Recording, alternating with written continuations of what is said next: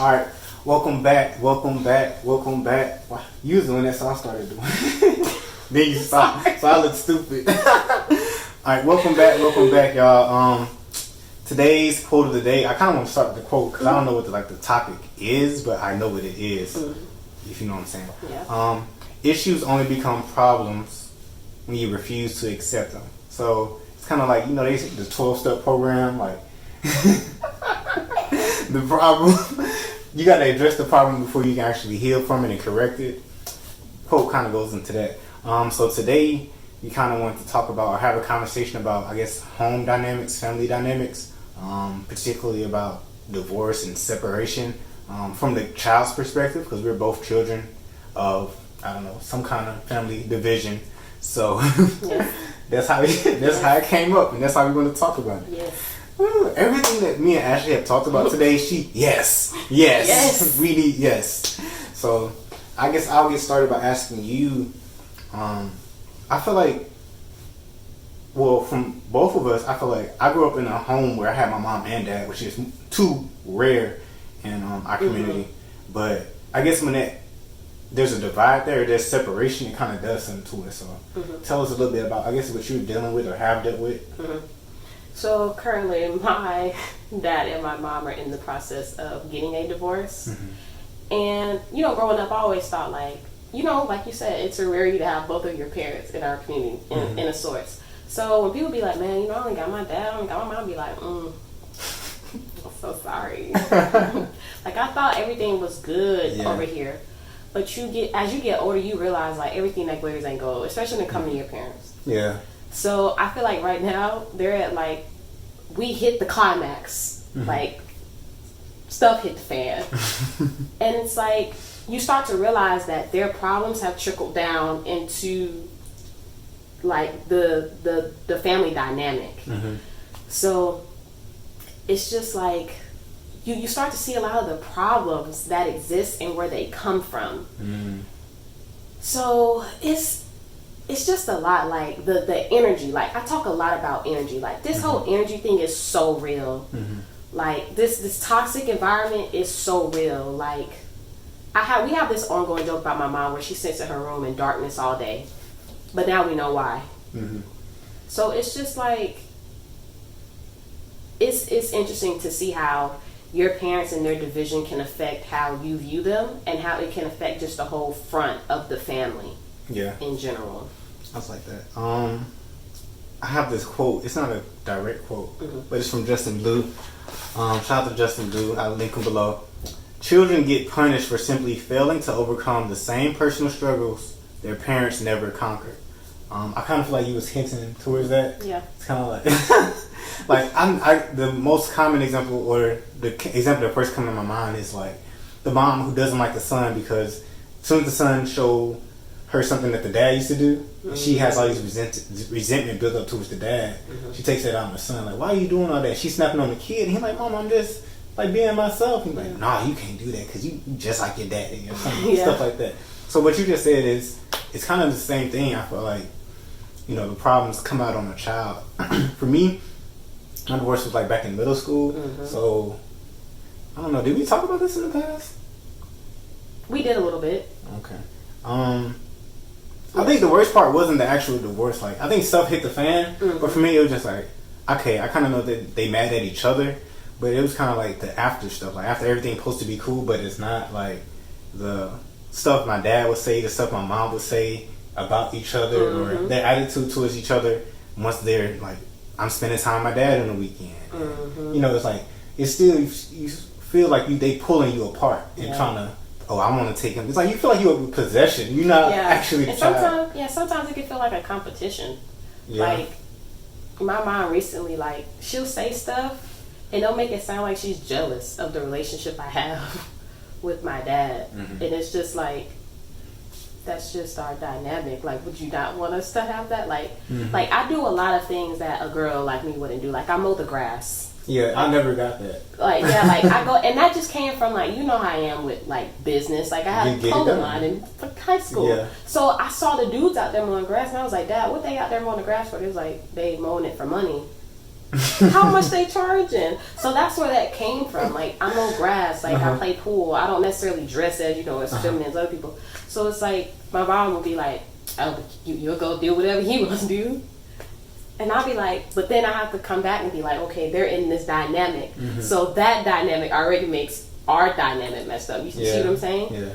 So it's just interesting, and it's one of the points that like somebody outside my family that observes it says that the one thing that they don't like about parents when they're in tragedy or getting a divorce is that they never keep it away from kids. Yeah. Like there should be a separation. Yeah, I feel like it's impossible.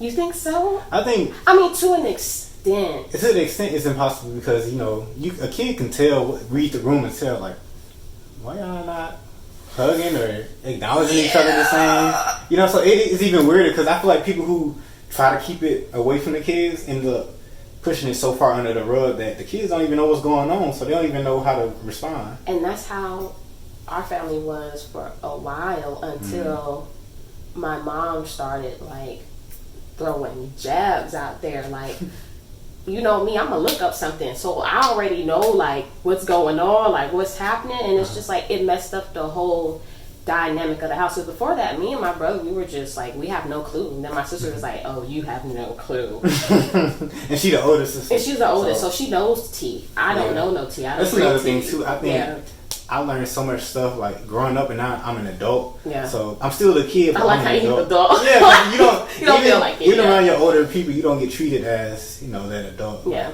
You're like, no, you little Marcus. Like, especially my oldest. How old are you? How old is your sister older than you? My sister is I'm 25. She's about 13 years older than me. Oh wow! Yeah, my oldest brother is like 8 years older than me.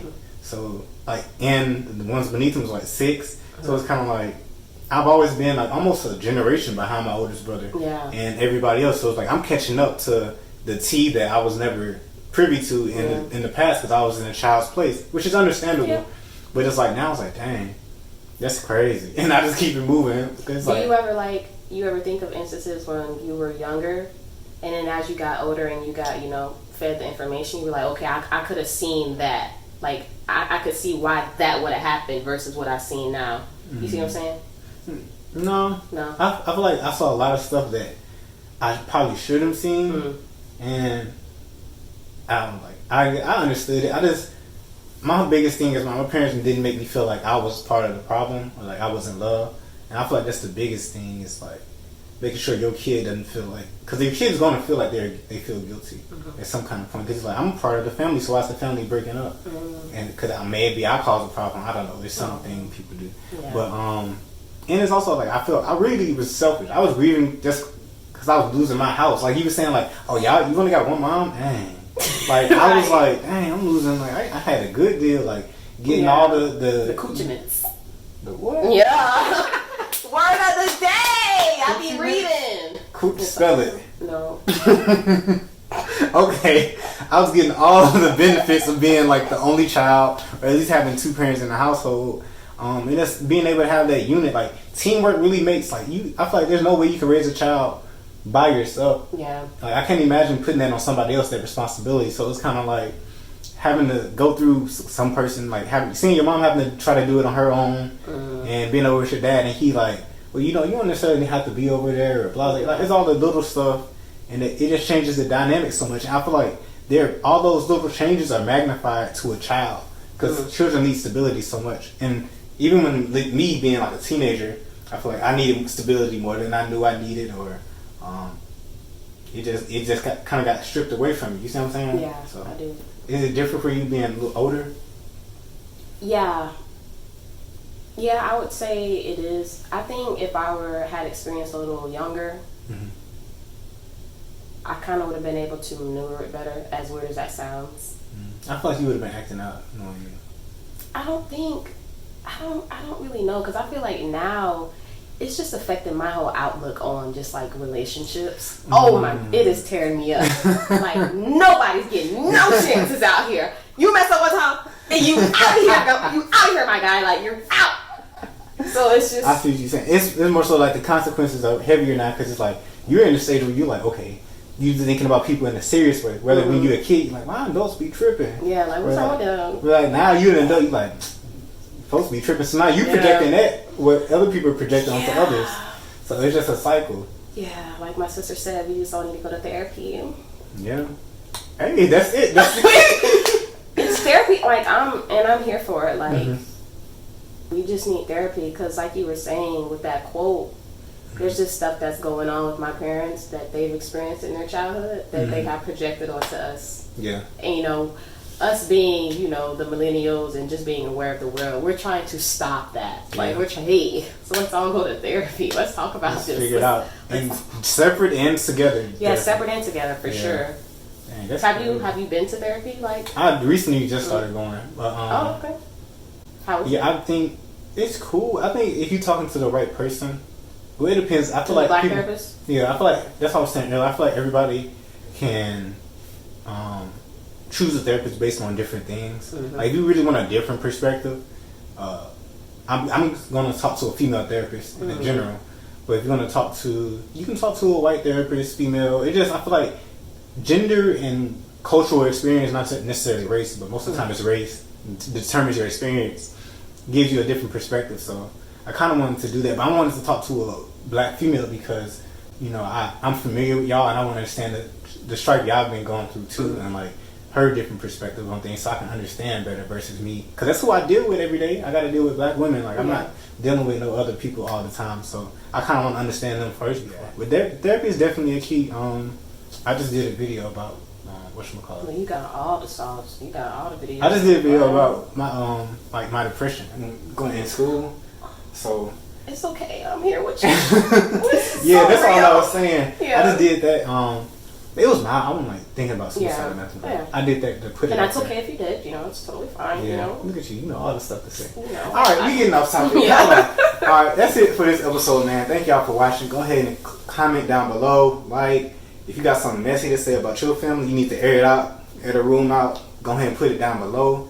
This is Marcus and Dancing Ashley once again. It's that Z. It's that Z.